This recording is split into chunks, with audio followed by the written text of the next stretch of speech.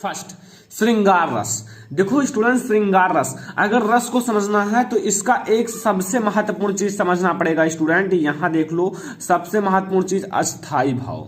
अस्थाई भाव आपका सभी का याद होना चाहिए। मैं रस पढ़ाऊंगा, उसी के साथ अस्थाई भाव भी बताऊंगा, ठीक है। मैं आपको अलग से अस्थाई भाव नहीं बता रहा हूं, ठीक है। मैं आपको रस जो पढ़ाऊंगा उसका अस्थाई भाव बता दूंगा, ठीक है स्टूडेंट। तो चलिए शुरू करते हैं। तो पहला रस है श्रृंगार रस। देखो, श्रृंगार रस का अर्थ होता है श्रृंगार करना, ठीक है। मतलब देखो, सहृदय नायक और नायिका, या फिर हाइफन लगा सकते हो, नायक और नायिका के चित्त में रति नामक अस्थाई भाव जब भी भाव अनुभाव संचारी भाव से संयोग होता है तब वह श्रृंगार रस का धारण करता है। यहां एक नाम आया है रति। रति है इसका अस्थाई भाव, क्योंकि लिखा हुआ है कि चित्त में रति नामक अस्थाई भाव जब भी भाव अनुभाव और संचारी भाव से संयोग होता है तो वह श्रृंगार रस का रूप धारण कर लेता है, ठीक है। तो श्रृंगार रस को आपको ऐसे लिखना है, लेकिन यहां आपको एक बात ध्यान रखना है कि श्रृंगार रस के दो भेद होते हैं, ठीक है।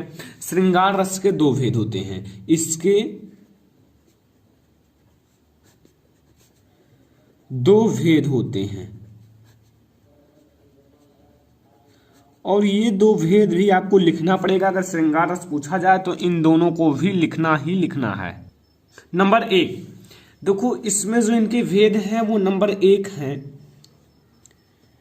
संयोग श्रृंगार।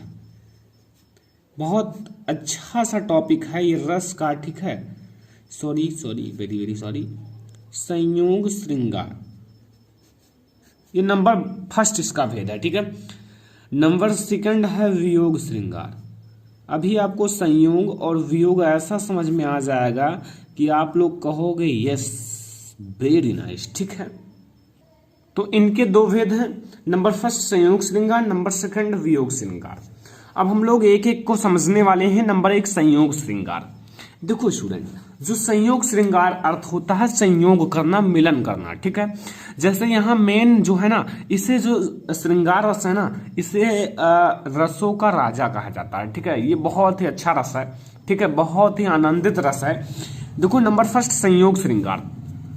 संयोग श्रृंगार का अर्थ होता है संयोग करना। जैसे जहां पर नायक और नायिका के मिलन, ठीक है, नायक और नायिका के मिलन, मनोहर, हंसी मजाक इत्यादि का वर्णन किया जाता है, वही आपका संयोग श्रृंगार कहलाता है। संयोग श्रृंगार जैसे स्टूडेंट जो नायक होते हैं और नायिका होते हैं, उनका मिलन या फिर हंसी मजाक मनोहर, उनके मनोहर का इत्यादि का वर्णन किया जाता है, तो यहाँ श्रृंगार रस होता है। यहाँ जो होता है खुशी का अनुभव होता है, ठीक है। तो यहाँ आपका संयोग श्रृंगार होगा, कोई दिक्कत तो नहीं है। देखो कितना इजी लिखा है, जहां पर नायक और नायिका के मिलन, मनोहर, हंसी मजाक इत्यादि का वर्णन किया जाता है, संयोग श्रृंगार कहलाता है। नोट कर लो स्टूडेंट, वेरी इंपॉर्टेंट है। पहला मैं आपको समझाता हूं एग्जाम्पल। पहला एग्जाम्पल समझ लो, फिर मैं दूसरा समझाऊंगा बहुत अच्छे से। दूसरा पक्का समझ में आ जाएगा, पहला नहीं आएगा तो दूसरा आ जाएगा। कौन हो तुम बसंत के दूत, विरस पतझड़ में अति सुकुमार, घन तिमिर में चपला की रेख, तपन में शीतल मंद बयार। चलो पहला एग्जाम्पल ये है, ठीक है। पहला एग्जाम्पल ये है, समझ में आ गया हो तो बहुत अच्छा है, नहीं आया हो तो अभी तो हम है ना। दूसरा है, बतरस लालच लाल की मुरली धरी लुकाए, सहो करें भवन हंसे, देह करें नट जाए। आई होप क्लास 10th में पढ़े होंगे, ठीक है। बतरस लालच लाल की मुरली धरी लुकाए, सौह करें भवन हंसे, देन के नट जाए। देखो इसका अगर स्पष्टीकरण करना हो तो जो गोपियां है ना, वो श्री कृष्ण जी की जो मुरली है ना उसे चुरा कर छुपा देती हैं, और जब श्री कृष्ण जी उनसे पूछते हैं क्या आपने मेरी मुरली को चुराया है या फिर लिया है, तो क्या होता है कि गोपियां कहती नहीं, लेकिन सौह करें मतलब सौह यानी कि कसम खाती हैं, और भवन हंसें और भवन उनकी हंसती हैं, तब भी कहती हैं मैंने नहीं चुराया है। कुछ इस टाइप से आप लोग स्पष्टीकरण कर सकते हो। और भी आज ज्यादा जानकारी के लिए आप लोग क्लास 10th का बुक खोल लो और इसका अर्थ आसानी से देख सकते हो। वैसे तो आपको इतना ही करना है, ठीक है, स्पष्टीकरण इतना कर सकते हो। तो ये था संयोग श्रृंगार। यहां समझो स्टूडेंट वियोग श्रृंगार। संयोग श्रृंगार और वियोग श्रृंगार, इनके दो भेद हैं, एक एक को समझो। वियोग भी आता है बोर्ड एग्जाम में या फिर अदर कंपटीशन में। देखो, जहां पर नायक और नायिका के एक दूसरे से मिलन का अभाव रहता है, मतलब मिलन नहीं होता है, यहां मिलन का अभाव होता है, और इसका भी रति ही होगा अस्थायी भाव, क्योंकि श्रृंगार रस का रति है, तो वियोग संयोग सबका रति ही होगा, इनका सबका अस्थायी भाव। ठीक है, तो यहां आपको समझ में आया, जहां पर नायक और नायिका एक दूसरे से मिलन का अभाव रहता है वहां वियोग श्रृंगार होता है। जैसे एग्जाम्पल देखो, निस दिन बरसत नैन हमारे, सदा राहत पावस ऋतु हम पर, जब से श्याम सिधारे। स्पष्टीकरण देख लो, इजी, मैंने बहुत ही इजी एग्जाम्पल ढूंढ कर लिखा है कि कोई दिक्कत ना हो हमारे स्टूडेंट को। ठीक है, यहां आप लोग समझ लो स्पष्टीकरण, दिन रात हमारे आंखों से आंसू गिरते हैं, निस दिन यानी कि निस दिन, दिन रात बरसत नैन हमारे, यानी कि दिन रात हमारी आंखों से आंसू गिरते हैं, सदा राहत पावस ऋतु हम पर, सदा वर्षा का ऋतु हम पर रहता है। पावस मतलब वर्षा की ऋतु, तो सदा हम पर वर्षा की ऋतु रहती है। क्यों? क्योंकि जब से श्याम सिधारे, जब से श्री कृष्ण हमको छोड़कर चले गए हैं। कुछ इस टाइप से स्पष्टीकरण करना है। आई होप कि आपको यहाँ स्पष्टीकरण और यहाँ एग्जाम्पल और यहाँ परिभाषा में कोई दिक्कत नहीं होगा। अब भी दिक्कत हो तो वीडियो को पीछे कर लो, दोबारा देख लो स्टूडेंट। ठीक है, इतना आप लोग दोबारा कर सकते हो। ठीक है, तो यहाँ से आपका जो श्रृंगार रस है ना और उनके दो भेद कंप्लीट हो चुके हैं पूरी तरह से। आई होप कि आपको पसंद आया होगा। ठीक है, तो यहां अब हम लोग देखेंगे वीर रस। वीर रस ये आप लोग समझ लो। ठीक है, वीर रस का मैं आप लोगों को अच्छे से समझाता हूं। वीर रस, वीर रस, वीर का अर्थ होता है वीरता प्रकट करना। ठीक है, जैसे वीर नाम ही है। ठीक है, तो यहां समझो, जो युद्ध होते हैं, युद्ध में वीर ही जीतते हैं, तो आपको पता है। युद्ध करने के लिए अथवा नीति धर्म आदि दुर्दशा को मिटाने के लिए और कठिन कार्यों के करने के लिए मन में उत्पन्न होने वाले उत्साह से वीर रस की निष्पत्ति होती है। अर्थात वीर रस का जो अस्थायी भाव होगा वो उत्साह होगा। ठीक है, यहाँ अस्थायी भाव इसका उत्साह है। ठीक है, तो यहाँ आप लोग देखो, युद्ध करने के लिए अथवा नीति धर्म आदि दुर्दशा को मिटाने के लिए और कठिन कार्यों को करने के लिए मन में उत्पन्न होने वाले उत्साह से वीर रस की निष्पत्ति होती है। ठीक है, वीर रस बस इतना ही है स्टूडेंट। वीर रस आई होप कि आप लोगों को समझ में आ गया होगा। नोट कर लो। अब हम लोग एग्जाम्पल देखेंगे, फिर स्पष्टीकरण। एग्जाम्पल यहां देख लो। एग्जाम्पल क्या है, देखो, मैं सत्य कहता हूं सखे सुकुमार, मत जानो मुझे, यमराज से भी युद्ध में प्रस्तुत सदा मानो मुझे। और है और की तो बात क्या, गर्भ मैं करता नहीं, माता तथा निज तात से भी युद्ध में डरता नहीं। माता पिता को से युद्ध में नहीं डरता हूं, इसीलिए इसे वीर रस का नाम दिया गया है। क्योंकि यहाँ देखो, वीर का अनुभव हो रहा है। अगर इसका अर्थ समझो तो वीरता का अनुभव हो रहा है। जैसे मैं सत्य कहता हूं सखे सुकुमार, मत जानो मुझे, यमराज से भी युद्ध में प्रस्तुत सदा मानो मुझे। है और की तो बात क्या, गर्भ मैं करता नहीं, माता तथा निज तात से भी युद्ध में डरता नहीं। ठीक है, यहां मैं स्पष्टीकरण बता देता हूं। स्पष्टीकरण आप लोग समझ लो, स्पष्टीकरण भी करना है। देखो, स्पष्टीकरण, उपयुक्त पंक्तियों में स्थायी भाव उत्साह है। इसका स्थायी भाव क्या है? उत्साह है। ठीक है, वीर रस के स्थायी भाव क्या है? उत्साह है। आलंबन कौरव है। ठीक है, और आश्रय अभिमन्यु है। इसमें अभिमन्यु की बात की गई है। ठीक है, और अनुभाव अभिमन्यु के वाक्य, जो अभिमन्यु ने अपनी वाक्य कहा है। संचारी भाव जो है गर्भ, हर्ष आदि। ठीक है, तो ये था वीर रस। आई होप कि आपको वीर रस का स्थायी भाव यानी कि परिभाषा, एग्जाम्पल और स्पष्टीकरण सब कुछ समझ में आ गया होगा। अगर इतना लिख देते हो तो 2 नंबर आपका कहीं भी नहीं जाएगा, कोई नहीं काट पाएगा। ठीक है, तो ये था वीर रस। यहां अगला रस है हास्य रस। ठीक है, हास्य रस। देखो, हास्य रस का अर्थ होता है हंसना। ठीक है, जहां हंसना है ना, वो आपका हास्य रस होगा। हास्य रस का स्थायी भाव हास है। जो हास्य रस होता है उसका स्थायी भाव हास होता है। हा पे अकमंत्र और सा लिखा हुआ है ना, हास होता है। जब हास नामक अस्थायी भाव विभाव अनुभाव अस्थायी भाव विभाव अनुभाव संचारी भावों में पुष्ट होता है, तब हास रस की निष्पत्ति होती है। तब हास्य रस की निष्पत्ति होती है। परिभाषा मैंने बहुत सटीक लिखा है, आई होप कि आपको परिभाषा में कोई दिक्कत नहीं होगा। अब एग्जाम्पल की बात है तो एग्जाम्पल में आपको 1 या 2 ही बता सकता हूं, और आपको देखना है तो बुक खोल लो और भी देख सकते हो, ठीक है। एग्जाम्पल है, विंध्य के वासी उदासी तपोव्रत धारी महाविनु नारी दुखारे, गौतम तीये तरी तुलसी सो कथा सुनी भय महे बुंद दुखारे सुखारे सॉरी होहे शिला सब चंद्रमुखी पर से पद मंजुल कंज तिहारे, किन्हीं भली रघुनायक जू करुणा करी कानन को पग उधार्यो। तो यहां से आपको ये 4 लाइन के एग्जाम्पल याद करना पड़ेगा, और भी सरल अगर आप लोग ले पाते हो, ढूंढ पाते हो तो ढूंढ लो स्टूडेंट, ठीक है। लेकिन ये जो है ना बहुत ही अच्छा एग्जाम्पल है, इसलिए मैंने आपको बताया, प्रसिद्ध एग्जाम्पल है, ठीक है। स्पष्टीकरण, इसमें जो होगा ना अस्थाई भाव हास होगा, हास का अर्थ होता है हंसी आना, ठीक है। और आलंबन होगा विंध्य के वासी तपस्वी, जो विंध्य के वासी तपस्वी हैं, और यहाँ आश्रय तो पाठक है, ठीक है। और यहाँ अनुभाव हंसना, ठीक है। और यहाँ संचारी भाव स्मृति और चपलता। तो यहां से आपको हास्य रस तो बिल्कुल पक्का हो गया होगा, हास्य रस में कोई दिक्कत नहीं होगा, ठीक है। अब हम लोग देखेंगे करुण रस। करुण रस का अर्थ होता है करुणा करना, शोक। इसका करुण रस का अस्थाई भाव शोक होता है। करुण रस का अस्थाई भाव शोक होता है। शोक नामक अस्थाई भाव जब विभाव, अनुभाव और संचारी भावों से संयोग करता है तब करुण रस की निष्पत्ति होती है। देखो करुण रस का जो अस्थाई भाव होता है ना स्टूडेंट, वो शोक होता है, और शोक नामक अस्थाई भाव जब विभाव, अनुभाव और संचारी भावों से संयोग करता है तब करुण रस की निष्पत्ति होती है। एग्जाम्पल समझ लो, स्पष्टीकरण समझ लो, इससे ज्यादा क्या समझोगे, कुछ नहीं, क्योंकि इतना ही लिखना है, ठीक है। यहां देखो मणि खोए, या है या पे एक मात्रा, मणि खोए भुजंग सी जननी, फनसा पटक रही थी शीश, अंधी आज बनाकर मुझको किया न्याय तुमने जगदीश। तो ये है इसका एग्जाम्पल, एक छोटा सा प्यारा सा 2 लाइन का, ठीक है। याद कर लो, नोट कर लो, ठीक है। फिर हम लोग इसका स्पष्टीकरण देख लेते हैं। स्पष्टीकरण में क्या है, कुछ नहीं है, अस्थाई भाव इसका शोक है, पता है, और आलंबन है श्रावण, ठीक है, और उद्दीपन है दशरथ की उपस्थिति, और यहाँ अनुभाव है सिर पटकना या प्रलाप करना, रोना, ठीक है। संचारी भाव है स्मृति या विषाद आदि।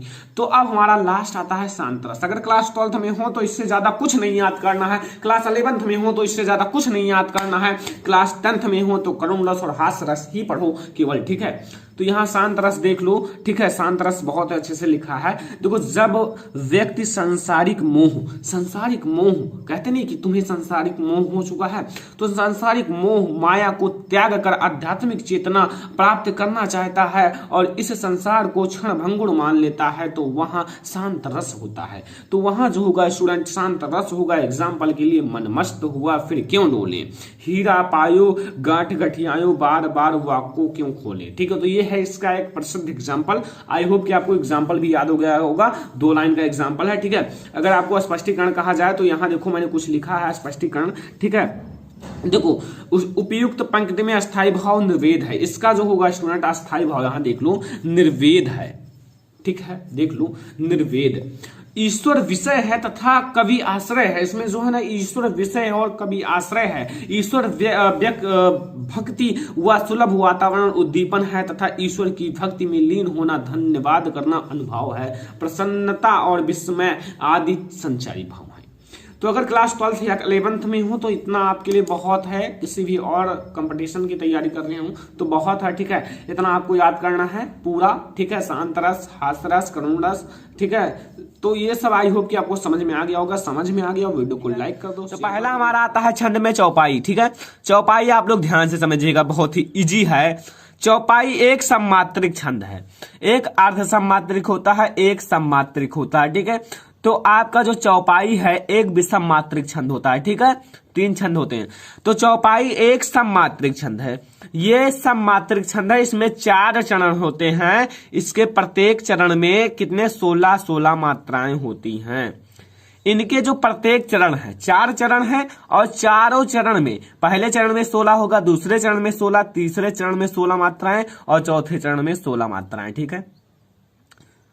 इस प्रकार से आप लोग देख सकते हैं चौपाई एक सम्मात्रिक छंद है।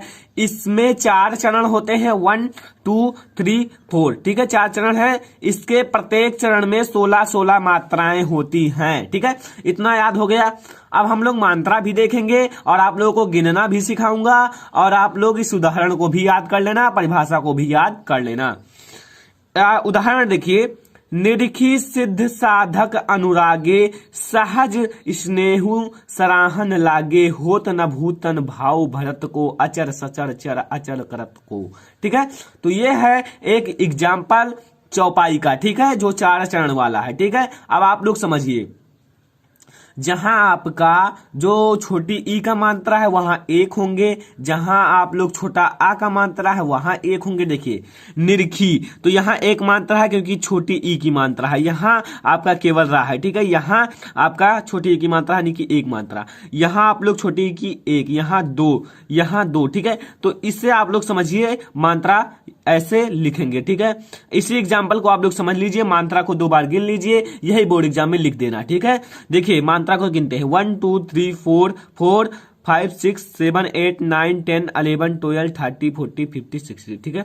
तो 16 मात्राएं पहले चरण में। ऐसे देख लीजिए 1 2, तो ये मात्रा कटा हुआ है, ठीक है, ये देखिए 3 ही है, 1 2 3 4 2 6 1 7 1 8 2 10 11 12 4 16, ठीक है। तो ऐसे आप लोग गिन सकते हैं और इसी तरह आप अपने बोर्ड एग्जाम में लिख सकते हैं जो चौपाई है, ठीक है। इसमें भी गिन लेते हैं 2 1 3 1 4 2 6 1 7 1 8 2 10 11 12 13 14 15 16, ठीक है। और ऐसे आप लोग आसानी से इसे लिख सकते हैं, ठीक है। देखिए 1 2 3 4 5 6 7 8 9 10 11 12 13 42 60। तो ये स्टूडेंट ऐसे आप लोग इस एग्जाम्पल को और इस चौपाई के परिभाषा को और ऐसे मात्रा को गिनकर अपने बोर्ड एग्जाम में लिख देना, 100 में 100% आप लोगों को 2 नंबर मिल जाएगा, ठीक है। अब स्पष्टीकरण इसका मैं बता देता हूं, ऐसे कर लेना, ठीक है। इस उदाहरण में 4 चरण है, ये जो मैंने उदाहरण लिया है इसमें 4 चरण है, ठीक है। प्रत्येक चरण में 16-16 मात्राएं हैं। मैंने गिना इस चारों चरण में और प्रत्येक चरण में 16-16 मात्राएं हैं। मैंने इसमें गिना मात्राओं को और मुझे 16-16 मात्रा मिला, इसलिए मैंने स्पष्टीकरण में लिख दिया कि इस चरण में इस उदाहरण में जो उदाहरण है इसमें 4 चरण है और प्रत्येक चरण में एक चरण, जो 4 चरण है, ठीक है, प्रत्येक चरण में 16-16 मात्राएं हैं, ठीक है। तो इसीलिए मैंने लिख दिया। तो ऐसे आप लोगों को परिभाषा, उदाहरण और स्पष्टीकरण को लिखना है, ठीक है, किसका, चौपाई का। अब हम लोग देखेंगे दोहा, ठीक है।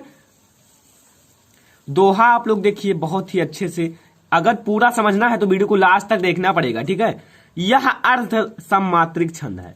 जो दोहा है स्टूडेंट्स, अर्ध सम्मात्रिक छंद है। इसमें मैं बहुत ही छोटा सा ट्रिक बताऊंगा याद करने का, ठीक है। यह जो है अर्ध सम्मात्रिक छंद है। इसके पहले और तीसरे चरण में 13-13 मात्राएं तथा दूसरे और चौथे चरण में 11-11 मात्राएं। स्टूडेंट्स, मैंने देखा है बहुत सारे बच्चों को जो सोल्ठा होता है या दोहा का उल्टा होता है, ठीक है, लेकिन जो मात्राएं होती हैं उन्हें गिनने में अक्सर बच्चे उल्टा लिख देते हैं, ठीक है। जैसे उल्टा लिख देते हैं, यहाँ 11 कर देते हैं, वहां 13 कर देते हैं, ठीक है। कोई कोई बच्चे सही भी लिखते हैं। तो देखिए अभी मैं बताता हूं, यह अर्ध सम्मात्रिक छंद है। इसके पहले और तीसरे चरण में 13-13 मात्राएं तथा दूसरे और चौथे चरण में 11-11 मात्राएं। अब यहाँ एक छोटा सा ट्रिक देखिए, यहाँ क्या कह रहा है, ठीक है। पहला चरण और तीसरा चरण, अगर हम इसे अंक में लिखें, पहला चरण और तीसरा चरण, तो ये क्या हो जाता है, 13। तो पहले और तीसरे चरण में कितनी मात्राएं हैं, 13, ठीक है। पहले और तीसरे चरण में 13-13 मात्राएं, ठीक है। पहला चरण और तीसरा चरण, अगर इन दोनों को हम मिला दें तो 13 आ जाता है, ठीक है। और पहले और तीसरे चरण में 13-13 मात्राएं तथा अब 13 और 11 का ही है, तो वैसे आप लोगों को स्पष्ट हो जाएगा कि दूसरे और चौथे चरण में 11-11 मात्राएं ही होंगी, ठीक है। तो ऐसे आप लोग याद कर सकते हैं, ठीक है। तो स्टूडेंट्स, ये हुआ हमारा दोहा की परिभाषा, ठीक है। अब हम लोग इसका उदाहरण देखेंगे, ठीक है। देखिए, लसत मंज मुनि मंडली मध्यसीय रघुचंद ज्ञान सभा जनु तनु धरे मगति सचिदानंद। अब इसमें हमें अक्सर बच्चों को मात्राएं गिनने में दिक्कत होती है, ठीक है, मेरे साथ जुड़े रहिए, हिंदी की बहुत ही अच्छी तरह से तैयारी करिए, बहुत ही अच्छे से आप लोग मार्क लाएंगे। देखिए यहां कुछ नहीं है मात्रा तो एक हो गया, यहां भी आपका कोई मात्रा नहीं है, एक हो गया मात्रा, यहां भी कोई, तो एक एक, यहां दो क्योंकि अंग की बूंदी है। ठीक है, तो पहले और तीसरे चरण में 13 13, 1 2 3 4 5 6 7 8 9 10 11 12 13 पहला चरण। और तीसरा चरण 2 3 4 5 6 7 8 9 10 11 13, पहले और तीसरे चरण में 13 13 मात्रा स्पष्ट कर दिया गिन के।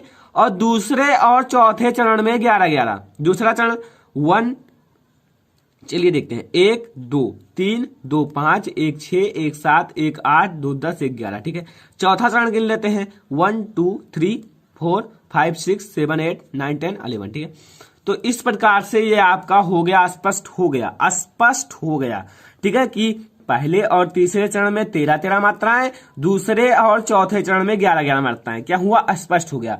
तो स्पष्ट हो गया तो आप लोगों को लिखना है स्पष्टीकरण में। इस उदाहरण में कितने 4 चरण हैं और पहले और तीसरे चरण में 13 13 मात्राएं और दूसरे और चौथे चरण में 11 11 मात्राएं हैं। बस इतना आप लोगों को केवल स्पष्टीकरण में लिखना है। आप लोगों को अगर 2 अंक का पूछा जाता है तो कोई भी नहीं काट पाएगा, फुल में फुल मार्क्स आप लोगों को प्राप्त होंगे। ठीक है, 2 में 2 मार्क। ठीक है, अब स्टूडेंट्स हमारा आता है सोरठा।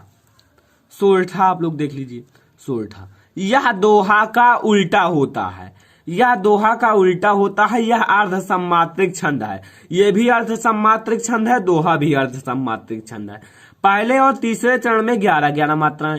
अब दोहा में आप लोगों को यही ट्रिक अप्लाई करना है, पहला और तीसरा यानी कि 13, और इसमें पहले और तीसरे चरण में उसका उल्टा है 11 11 मात्राएं, तथा दूसरे और चौथे चरण में 13 13 मात्राएं, तथा जो आपका दूसरा चरण होगा और चौथा चरण होगा उसमें 11 11 मात्रा, सॉरी स्टूडेंट्स 13 13 मात्राएं होंगी। ठीक है, इतना याद हो गया इसका जो सोरठा का परिभाषा।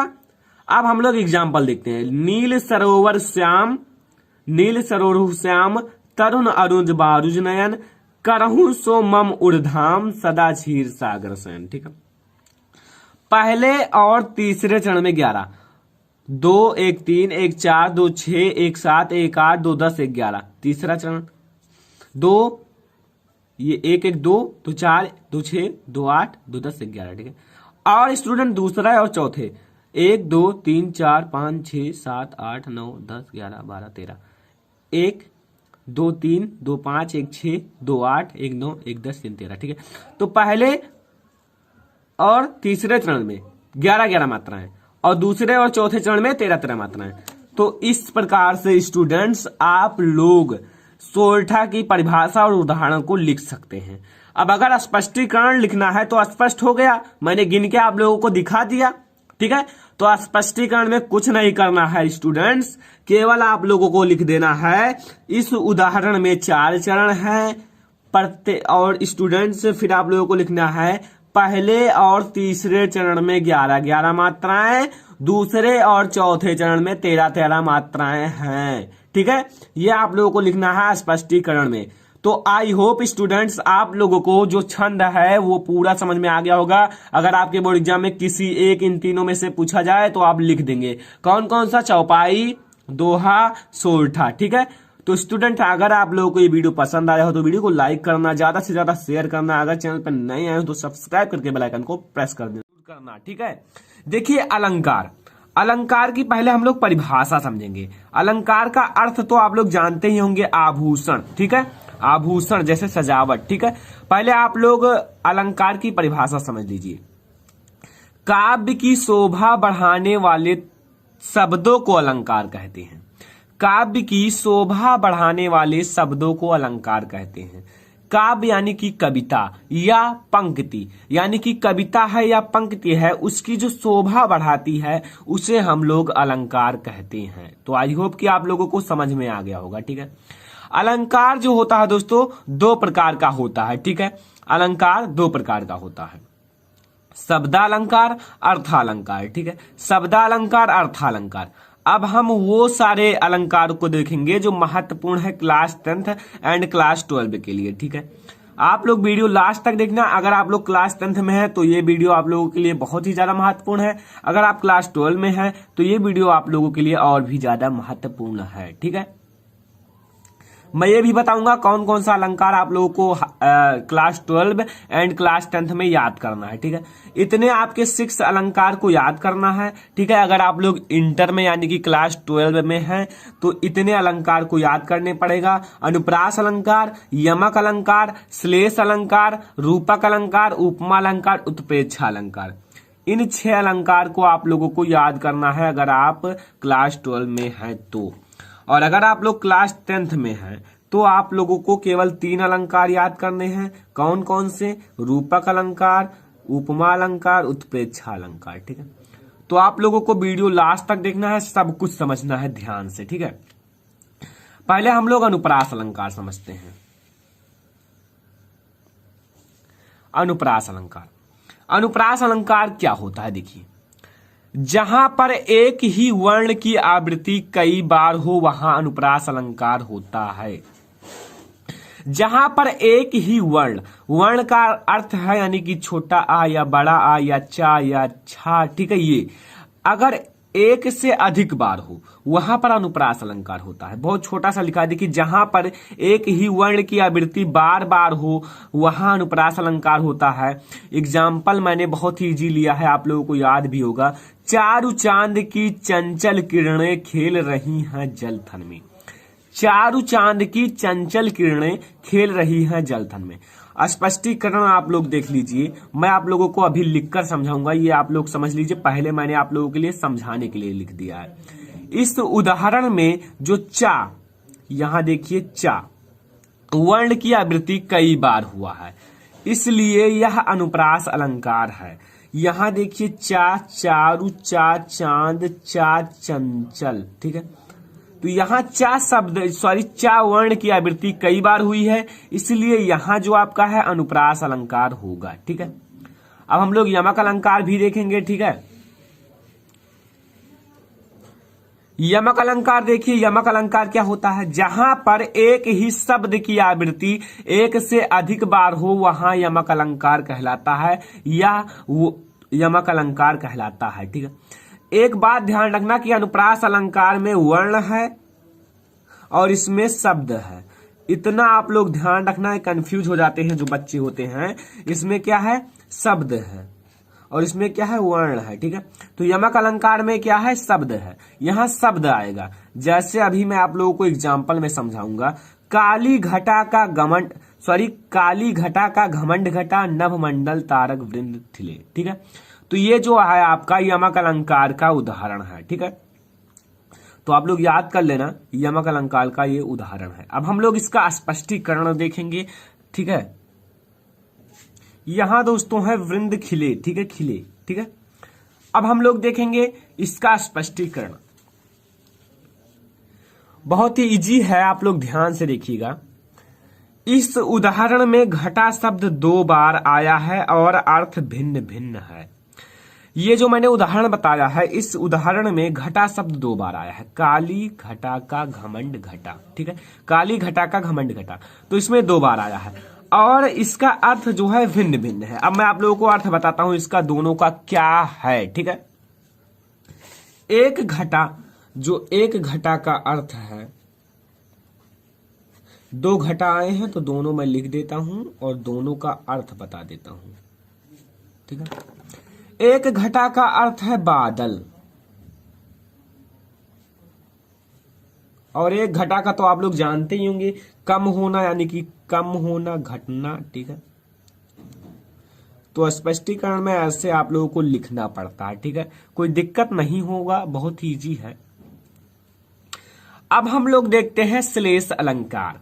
श्लेष अलंकार को ध्यान से समझिएगा। ठीक है, आप लोगों को कंफ्यूज नहीं होना है, बहुत ही इजी है। ठीक है, जब एक ही शब्द ठीक है एक ही बार प्रयुक्त हो किंतु उनका अर्थ जो है भिन्न भिन्न हो, श्लेष अलंकार कहलाता है। जैसे एक शब्द इसमें देखिए पानी है, पानी जो है एक है और इसका जो अर्थ है भिन्न भिन्न है। ठीक है, अभी मैं आप लोगों को समझाऊंगा स्पष्टीकरण में, तब आप लोग ध्यान से समझ जाएंगे। ठीक है, जब एक ही शब्द एक ही बार प्रयुक्त हो किंतु उनका अर्थ भिन्न भिन्न हो, श्लेष अलंकार कहलाता है। नोट कर लीजिए, ठीक है, या आप लोग याद कर लीजिए ध्यान से। एक बार में ना समझ में आए दोबारा देखिए, ठीक है। रहीमन पानी राखिए, बिन पानी सब सून, पानी गए न उबरे, मोती मानुष चून। अब यहां आप लोग स्पष्टीकरण समझिए, इसे आप लोग समझ लीजिए। रहीमन पानी राखिए, बिन पानी सब सून, पानी गए न उबरे, मोती मानुष चून। अब यहां आप लोग स्पष्टीकरण समझिए। यहां पानी शब्द के 3 अर्थ हैं। जो आपका पानी शब्द है इसका 3 अर्थ है, ठीक है। यहां पानी शब्द का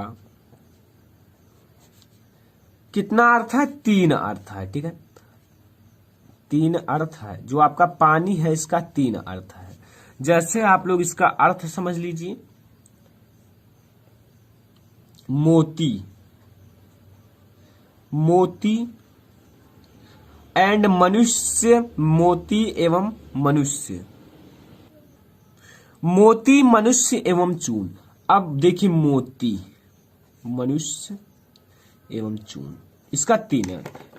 नंबर 1 मोती यानी कि चमक, जो चमक, ठीक है। मनुष्य यानी कि सम्मान या इज्जत, ठीक है, मनुष्य का। चून यानी कि पानी। अगर दोस्तों मोती का चमक चला जाए तो अगर मनुष्य का सम्मान यानी कि इज्जत ना हो और चून का जो है चून में पानी ना हो, ठीक है, तो उसका कोई अर्थ नहीं होगा। जैसे रहीमन पानी राखिए, बिन पानी सब सून, पानी गए ना उभरे, मोती मानुष चून। अगर इन मोती में से चमक चली जाए, मनुष्य में से जो इज्जत है वो चली जाए, चून में से पानी चली जाए तो सब सून रहेगा, ठीक है। तो ये हो गया आपका जो है श्लेष अलंकार, ठीक है। इसका स्पष्टीकरण ऐसे कर देना है, आपको 2 में से 2 मार्क मिल जाएगा, ठीक है।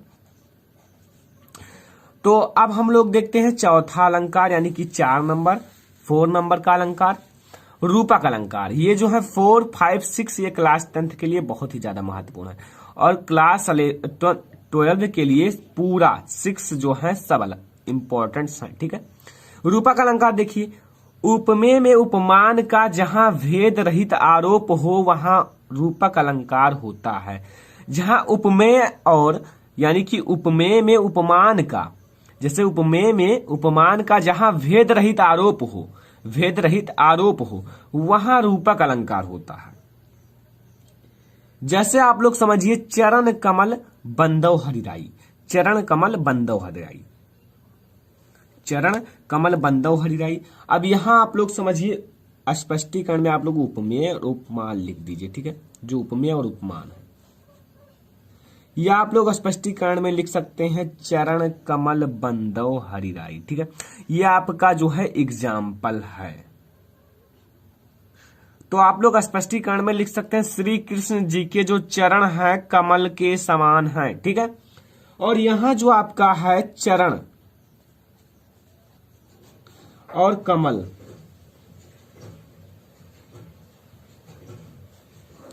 नंबर 1 चरण, नंबर 2 कमल। चरण की तुलना कमल से की गई है, ठीक है। तो जब तुलना की जाती है वहां आपका ये जो है उपमेय है, जो चरण है ये उपमेय है और जिसकी तुलना की जाती है ये आपका उपमान है। कमल से तुलना की गई है चरण की, ठीक है। तो इतना आप लोग समझ लीजिए। तो ये आपका हो गया रूपक अलंकार। आई होप कि आप लोगों को समझ में आ गया होगा। उपमेय में उपमान का जहां भेद रहित आरोप हो वहां रूपक अलंकार होता है। अब दोस्तों आगे देखिए, आपका जो उपमा अलंकार है, उपमा अलंकार बहुत इजी है, ध्यान से समझिए। जहां किसी वस्तु, कोई वस्तु हो या व्यक्ति हो, एक वस्तु हो या आपकी बुक हो, ठीक है, ये आपकी बुक हो, इस बुक की तुलना दूसरे बुक से की जाए, यानी कि वस्तु है, ठीक है। तो जहां किसी वस्तु या व्यक्ति की तुलना, जहां किसी वस्तु या व्यक्ति की तुलना अन्य वस्तु या व्यक्ति के समान गुणधर्म के आधार पर तुलना की जाए, इनके दोनों के गुणधर्म जो है समान हो तब तुलना की जाए, तो वहां उपमा अलंकार होता है, ठीक है। एग्जाम्पल समझ लीजिए, जो राधा के चरण है गुलाब के समान है, यहाँ राधा के चरण को गुलाब के समान दिखाया गया है। यहाँ देखिए हरिपद कोमल कमल सा, यहाँ जो हरिपद कोमल कमल सा, ठीक है, जो हरिपद का हरि का जो भगवान का पद है कोमल कमल के समान है, ठीक है। अब हम लोग इसका स्पष्टीकरण भी देखेंगे, बहुत ही इजी है। इसमें दोस्तों स्टूडेंट्स 4 बातें ध्यान रखना। स्पष्टीकरण, इसमें उपमेय का क्या है, उपमान क्या है, वाचक शब्द क्या है, साधारण धर्म क्या है, ये जो मैंने अभी बताया है, ठीक है। एग्जाम्पल जो है हरिपद कोमल कमल सा, ठीक है, इसका हम लोग स्पष्टीकरण कर रहे हैं। हरिपद कोमल कमल सा, तो इसमें आप लोगों को बताना है, इन 4 चीजों को स्पष्टीकरण में लिखना पड़ता है, ठीक है। तो अब आप लोग जानते होंगे हरिपद ये आपका उपमेय है, जो हरि का पद है। उपमान जिससे तुलना की गई हो, कमल से तुलना की गई है, ठीक है। वाचक चिन्ह यानी कि जो आपका से आया है, से शब्द, सा से ये सब, ठीक है। और कोमल, कोमल आपकी जो है साधारण धर्म है। बस इतना ही आप लोगों को लिखना है, ठीक है। आपको जो है उपमेय, उपमान, वाचक शब्द, साधारण धर्म में। तो आई होप कि आप लोगों को जो 5 अलंकार है समझ में आ गए होंगे, ठीक है। कौन कौन से हो गए?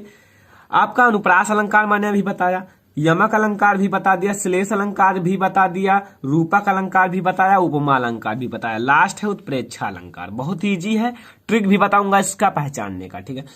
उत्प्रेक्षा अलंकार देखिए इधर, उत्प्रेक्षा अलंकार जहां उपमेय और उपमान की संभावना किया जाता है, जहां जो उपमेय है, ठीक है, और उपमान दोनों की संभावना की जाती है, ना तुलना किया जाता है, ना बिल्कुल मिलाया जाता है, संभावना किया जाता है, ठीक है, वहां उत्प्रेक्षा अलंकार होता है। वहां कौन सा अलंकार होता है? उत्प्रेक्षा अलंकार। इसमें ये जो है छोटा सा ट्रिक है, इसमें अगर आपको पहचानना है तो जनु जानो मनु मानो लगा रहता है। जनु जानो या मनु मानो इसमें लगा रहता है, या मनो या जनो ये सब लगा रहता है, ठीक है। एग्जाम्पल से अभी आप लोग समझ जाएंगे। सोहत ओढ़े पीठ पटु श्याम सलौने गात, मनो नील मणिशैल पर आप आतप परयो प्रभात। तो यहां आप लोग समझ गए होंगे, ये एग्जाम्पल है। यहां आप लोग देखिए लगा है या नहीं, ये देखिए मनो लगा है, ठीक है। तो ये आपका जो है उत्प्रेक्षा अलंकार है।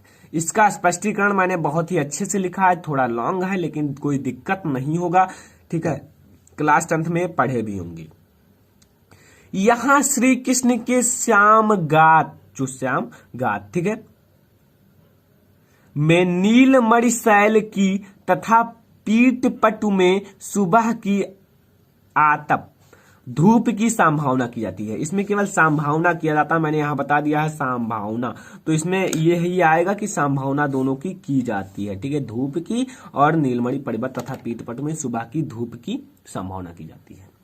तो ये हो गया हमारा जो इंपॉर्टेंट अलंकार, ठीक है। आई होप अब मैं आप लोगों को बता दूं कि मैंने इतना पढ़ा दिया। अब मैं आप लोगों को टेस्ट लूंगा आप लोगों से 2 क्वेश्चन, तो आप लोग इसका आंसर आप लोग कमेंट बॉक्स में जरूर बताना, ठीक है। प्रश्न नंबर 1, मुख चंद्रमा सा सुंदर है, इसमें कौन सा अलंकार है? मुख चंद्रमा सा सुंदर है। और रति रति शोभा सौ रति के शरीर की, इसमें आप लोगों को अलंकार बताना है। दोनों में आप लोगों को बताना है कौन कौन सा अलंकार है, ठीक है। तो दोस्तों अगर आप लोगों को वीडियो पसंद आया हो तो एक लाइक जरूर करना। अगर चैनल पर नया है तो सब्सक्राइब करके बेल आइकन को प्रेस कर देना, और ये सारे वीडियो अपने दोस्तों के साथ शेयर कर दीजिए ताकि उन्हें भी मदद मिल सके, ठीक है। तो दोस्तों फिलहाल इस वीडियो में इतना ही, तब तक के लिए धन्यवाद।